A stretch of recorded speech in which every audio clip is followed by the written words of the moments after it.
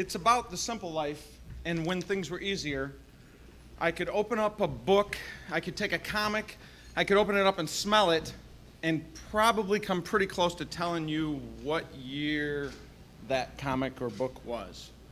So, as an infant baby, I was born in the same house that Roger B. Chaffee grew up in. And my mom pulled a brick out and found names of all the family of the Chaffee family on it and put our names in there and put it back. And I got nothing for that. As a kid, I was in 3 car accidents with my mom.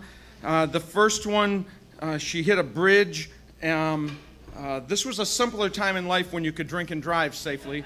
And she hit a bridge, and me and the dog Ringo that were in the back seat were in the front seat when it was all over with. The second time was gumming down 131, and she exited without stopping, and a car hit us. And she was wearing a wig at the time, and I was in the back seat, and this wig landed in my hand, and I thought it was her head, and I started screaming, and then she's in the front screaming, "You need to be quiet and calm down," and I couldn't figure out where the voice was coming from, and then the third time was close to home. I grew up south of here in a suburb, Wyoming, and we got in an accident just before we got to home, and the police officer saw me and said, "You need to stop crying." I had a Batman shirt on, and he said, "Batman wouldn't cry. You need to not cry." And I was like, "Your mom's not a drunken whore. I mean, this is..." Okay. So I learned to mow the lawn. I'm pretty close. I learned to mow the lawn as a kid, got forced into mowing the lawn. But Christmas, I want to move on to Christmas, because Christmas was a beautiful thing.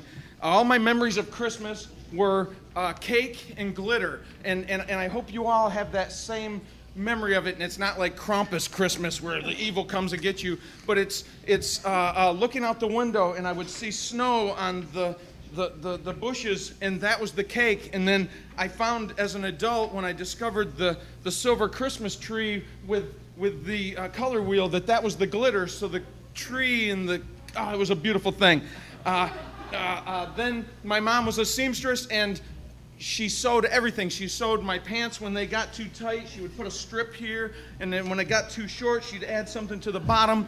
And she made all of my Halloween costumes, and I was Evel Knievel, and I took advantage inappropriately of my mom's misfortune. She would fall down drunk, everybody would run to help her, and I'd run to get in the photo just to make sure that, you know what, Mom, someday we're going to appreciate this. Unfortunately, 10 days after this, she passed away. Yeah, that sucked. But I had learned to mow the lawn as a child, so as an adult, I said, what we need to do is mow the lawn at 3 a.m. drunk and naked. And that is my best friend who's wearing my underwear on his head, because I'm not. And actually, that's my ex-wife's underwear. Let's just forget that. So,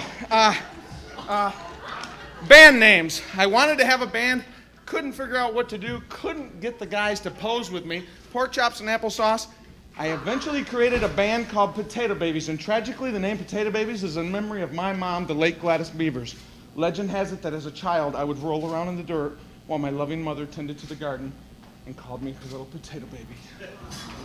I just made that up. Yeah, so I had a cat, and that cat's name was Kiss, because in 1983 that was cool. And this cat made it through 4 girlfriends, 3 wives, and the death of my mom. I loved my cat Kiss. Okay. Yeah, you know what? This was a time when you could go on vacation with your family, and my mom would just set me loose in New Orleans, and at age 12, I ran through New Orleans all by myself and got lost. This is what I got for that. She bought me a newspaper that said, I didn't even know what it meant for girls to go wild for Charles Smith. Chaz. So, my mom always said, don't make a fuss about me when I die. She took pictures of every family member when we would go to funerals, and she'd say, this is your uncle so-and-so, this is your grandpa, and when I pass, I don't want you to make a fuss. She died 25 years ago, and every year we gather at her grave, and we party. We drink her Kessler whiskey, we smoke her Alpine cigarettes, we eat her favorite food, and it is a beautiful thing. This last year in Wyoming, 50 people showed up, and because of the internet now, we Skyped my brother in Alabama, and he drank. So, my mom was a drinker. Can anybody make a better bang than that right now?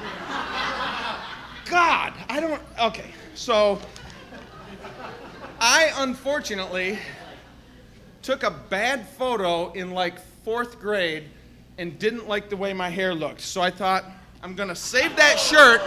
Wait, that's 2 different years. I saved the shirt, tried it again the next year, still had a little bit of wang sticking out the side.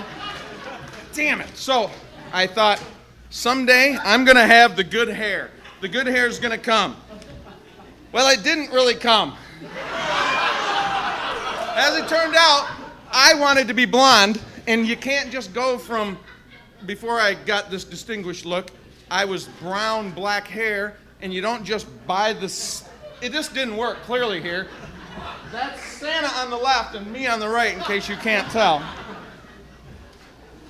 I'm trying to think of, simpler times aren't when you're a kid. 15 years ago, I fell sober wearing one of my mom's dresses off a balcony and broke my femur in 3 places.